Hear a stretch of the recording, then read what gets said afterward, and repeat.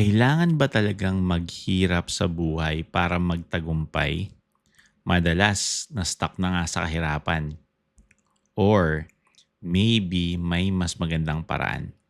Maraming nagtuturo na grind, hustle, struggle, sipag at tiyaga.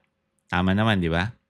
Pero sabi ng Bible sa Proverbs 10:22, "The blessing of the Lord makes one rich, and He adds no sorrow with it."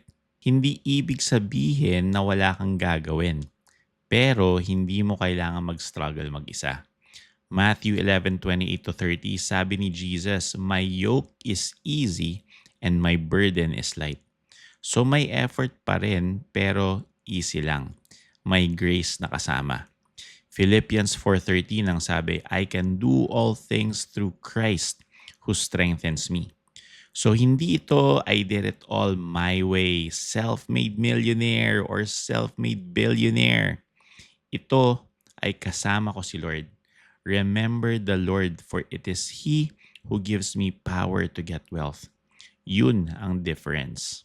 Struggle alone equals heavy and minsan merong pride. Grace with God equals lighter, guided, sustained, and humbled.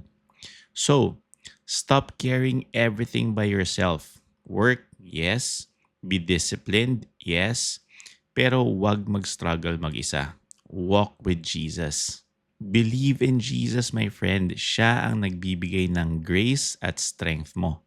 Like, share, subscribe, and comment this. I walk in grace and I do not struggle. Blessed to be a blessing.